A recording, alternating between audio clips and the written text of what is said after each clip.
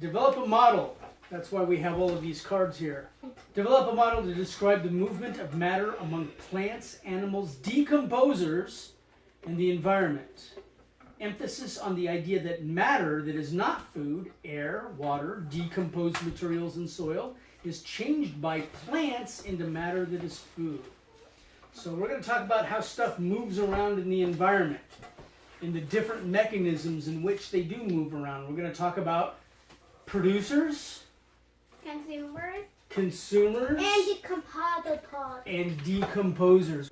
We've all heard that all energy on Earth comes from the sun ultimately, right? Yeah. It's just changed into different forms. So what we have is we have plants that are taking carbon dioxide out of the atmosphere and nutrients out of the soil and using the energy of sunlight to create food. So what plants do we have? We've got an apple tree over here. What do you have over there, Elena? You got some grass? I got some carrots. And you've got some carrots. Acorns. Here's some acorns. Carrots. Okay. Now, we're going to call those producers. Okay. Because they're producing matter that contains energy. All right? They're producing food. What do we have that gets its energy from plants? Sun. No, the plants get their energy from the sun. What gets their energy from plants? Animals. Animals? What kind of animals? Bunnies. Raccoons. Frogs. Yeah. Bunnies. Bunnies. Bunnies eat grass. Yeah, bunnies eat vegetable matter. They produce energy. Or at least produce matter that can become energy. Obviously. No, we'll get to it. Okay, obviously, according to Lena. Okay, so what feeds off of these things? What feeds off of grasses and vegetable matter? Animals. Certain animals, herbivores. Montana over here has a deer. Does a deer eat grass? Yes. Does a deer eat vegetable matter? Yes. Okay, put it next to your producer. So a deer would be, if it's eating the fruit of the apple tree that is a producer, what would the deer be called? Consumer. A consumer, okay. All right, what else consumes from vegetable matter? What do you have over there, Lena? Yeah, you've got a wolf and an eagle. Do wolf and eagles consume directly off of vegetable matter, or do you have something else? She's a caterpillar. Ooh, does a caterpillar eat vegetable matter? Yeah. And so that matter and that energy moves through the ecosystem by means of the caterpillar. Go ahead and put it next to that. Do they eat mushrooms? Okay. Ooh, grasshopper. I could put a grasshopper up here. Put it next to there. I put both two up. Okay, so you've got vegetable matter. You've got a grasshopper that eats vegetable matter. Okay, what eats grasshoppers? This. Spiders. Spiders do. Spiders do, yeah, you can check that. I put this There up. you go. Consumer who wants to eat a bug. Ew. Wait, when you have survival instincts, you'll do that. All right. Let's see. Yeah, but I don't have survival. You've got a couple. You can do more than one. There's a lot of overlap here. So if you've got a deer eating vegetable matter, if you've got something else that eats vegetable matter, you can put that up there as well. What else you got? Bunny. Wow, Rico's got a lot of primary consumers there. Bunny. Okay, a bunny. Okay, you got a bunny. You got that. Bunny. Okay, so those are primary consumers. The animals that get their energy directly from the plant matter that are the producer. So we have vegetable matter, which are producers. They produce matter out of CO2, minerals in the soil, and sunlight.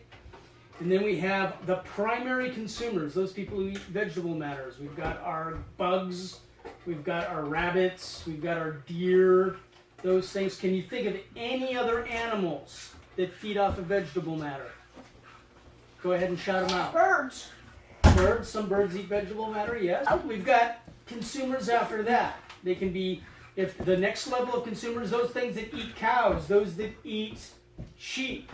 Those that would be a secondary consumer. Can you think of a secondary consumer that eats cows? Bobcat.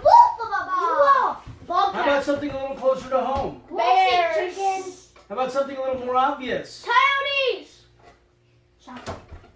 Okay, who here eats cows? Me. Humans! Humans eat cows. Do humans eat sheep?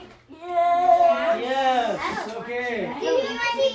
Do humans eat pigs? Okay. No. So there's a secondary consumer. And if you go beyond that, if somebody came along, if a shark came along, okay, so a cow eats grass, you eat the cow, you go into the ocean, a shark comes along and eats you. If a cow is a primary consumer, and the human who eats the cow is a secondary consumer, and a shark comes along and eats the person, what makes that the shark? It's a third consumer. It's a what? A third consumer. We're going to call it we're going to call it a tertiary consumer. There's more ways that matter moves through. Cocoa beans. A lot of animals, they don't get eaten by another animal, but they die and they start to decay. All right? So things break them down. Things like bacteria and microscopic organisms Like this. break down. Yeah. So put that over here. Here, let's get a tertiary consumer there, and let's get. So we've got the producer here, primary consumer, secondary consumer, tertiary consumer. The cougar dies, and then it starts to break down, and things such as bacteria, but something else breaks things down. Funguses, algae, they break them down. So these are decomposers. Like my mushrooms. Anybody here see The Lion King? Yeah. Yeah. Everybody remember that scene where Mufasa is telling Simba about how he has to respect everything in the kingdom. And he's like, well, respect antelope? Don't we eat antelope? And he's, yes, we do eat antelope. But when they die, they turn into grass. How do they turn into grass? They decay. They decay. Thank you, Lena. Very good They turn answer. into fertilizer. Yeah, exactly. Those minerals, those nutrients, and that energy goes back into the soil, causes the grass to grow from sunlight, takes that nutrients, makes food, and then the antelopes come along, and it's the circle of life. So bacteria is what? My mushroom. What do we call it? Mushroom. Decomposers. Our mushrooms are what? Decomposer. Has anybody here heard the term the food chain? Yeah. See, now that's a direct transfer of energy from one thing to another. But because there's so much overlap, that we often talk about the food web. And yes, flies can feed on that fungi in vegetable matter, but they also can work as decomposers, decomposing carcasses. So is everyone building up a model in their head? Now there's one thing here that, can anyone read the bottom of the worksheet and see what that says? You should have one box left over. Put S in it. Is the source of energy. Do I? I know it's the sun. Do I? Put an S in there. By George, he's got it. So we have been working on his web, and we've been discussing the exchange of oxygen and carbon dioxide, and he's going to explain his web.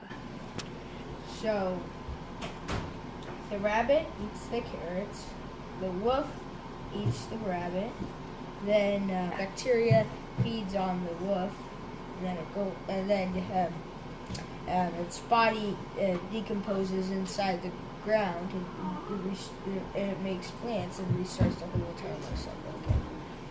Thank you very much. Producers. Consumers. Decomposers. Source of energy. I'm domesticated. See ya. Oh my gosh.